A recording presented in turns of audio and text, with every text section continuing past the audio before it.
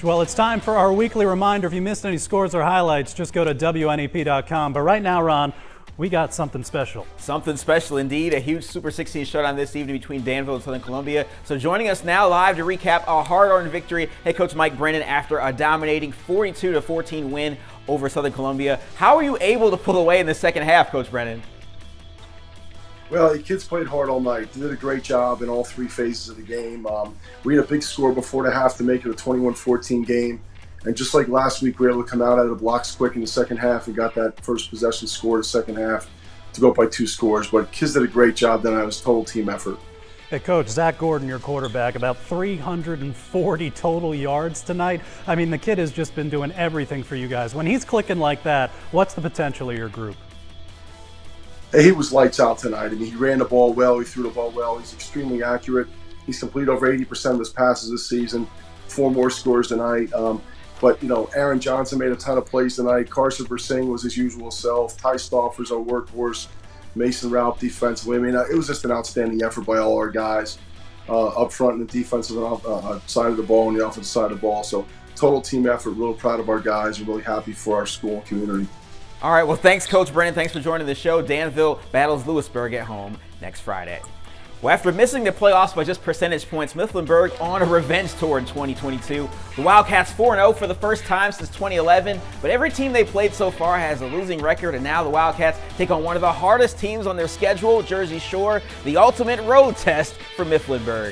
In 2011, Mifflinburg shut out Jersey Shore 19-0, so let's see what happens this time around. Mifflinburg and quarterback Troy Dressler near the end zone. Oh, but he throws the pick six. Cooper Peacock, and he's in the end zone just like that. Jersey Shore takes a 7-0 lead. Then how about the defense from the Dogs? They stop the Wildcats drive here. Tate Seacrest with the big take down there. But on offense, Brady Jordan rather, he's still going. Yeah, you can read the back of his name on his jersey. That number 11 still rolling through. He's gone for a 65-yard touchdown, 14-0 advantage. Still in the first quarter, the option, Jordan to Seacrest. That's good for 18 yards. The dive in the end zone, 21-0 Jersey Shore. And then the second quarter, Hayden Packer, man, this guy just gobbles up yards. The Pac-Man, 29 yards in for the Jersey Shore touchdown. Mifflinburg comes up short. Jersey Shore all over them, 63-24. Crestwood taking on Williamsport. Less than 8 minutes left in the first quarter.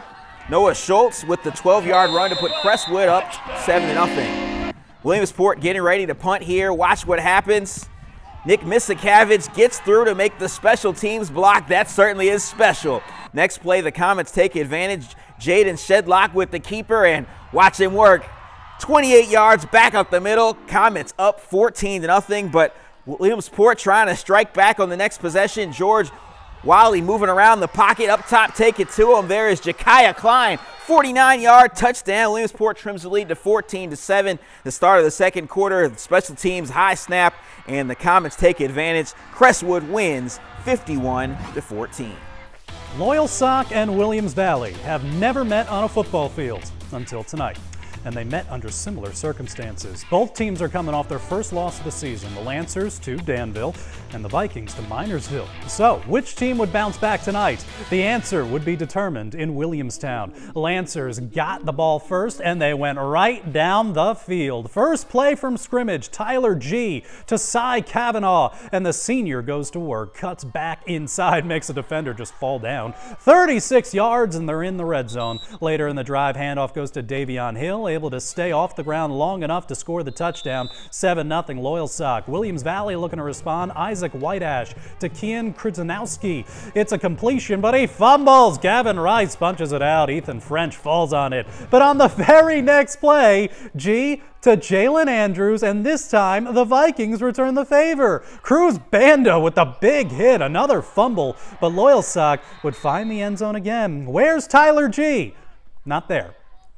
There's Tyler G. Vikings made this a close game after I left, but the Lancers do hold on to win 35-29.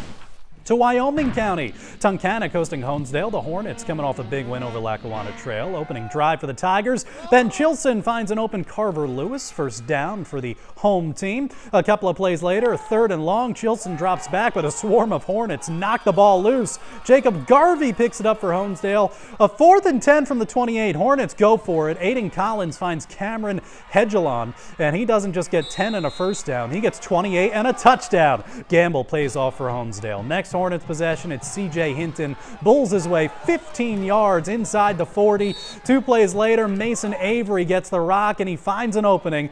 Dude is gone. 38 yards for the score. Honesdale wins 34-0. Hornets making some noise this year, Ron. Man, they're looking good. Well, Hazleton Area isn't looking past anyone after last week. They just slid past Wilkes-Barre Area in a 20-7 win.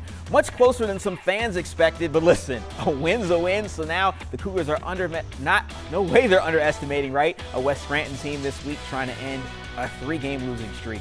1-3 West Scranton home against an undefeated Hazleton Area team. West Scranton gets the ball first, picks up a couple first downs. Caden Barari sacked in the backfield right here, and then, he fumbles the football. Invaders recover, but they're forced to punt. So on the ensuing drive for Hazleton, they know who to give it to. Matthew Bookman, get out of his way. He's got the spin move, got all the tricks. 6'1", 200 pounds coming at you. Busted through for the first down. Later in the drive, of course, Bookman change of direction. Dude, I'm like that. Would score a 2-point conversion as well after this touchdown, in Hazleton Area looking good with a 42-7 win. Finally, in the northern tier, the Troy Trojans looking to remain undefeated, hosting Athens. The Wildcats have won their last 3 games, scoreless in the first quarter.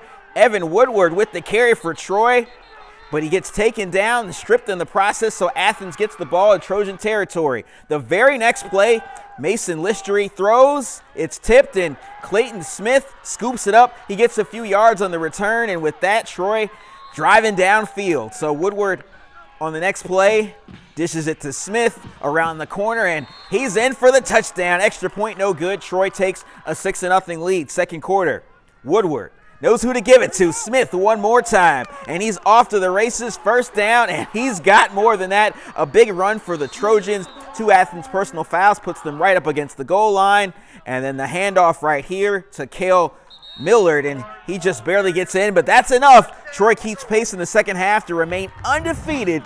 32-7, the final. Let's head back down south. Marian Catholic and Nativity BVM, both 2-2 on the year so far. Opening quarter, it's Bruce Hopek under center for the Colts. He's going deep, and he finds Carson Chambers. That's a first down, though the drive would stall.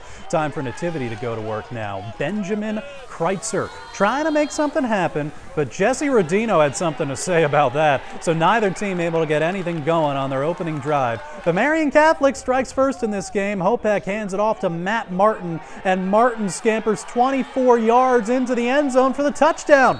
8-0 Colts after a 2-point conversion. Green Wave looking to answer. Kreitzer to Nicholas Steele, 38 yards, and then watch him go into the end zone. Their 2-point attempt is no good. This was a close game from start to finish, but it's Marian Catholic winning in the end 15-12. Henry Hanoski and Shamokin hosting Central Mountain. Early on, Rocco Serafini looking to get the Wildcats going early. Chris Denoya says you'll get nothing and like it. Tackle for loss there. Indians would get the ball back and go right to work. Brett Nye's pass goes to Chase Pencil. Breaks a tackle, goes up the sideline. Nice gain on that play. Later in the drive, Nye going deep. Brett Nye, the touchdown guy, to Ryder Zolkowski for the touchdown. This turned into a high-scoring game, but Shamokin goes on to win 47-28.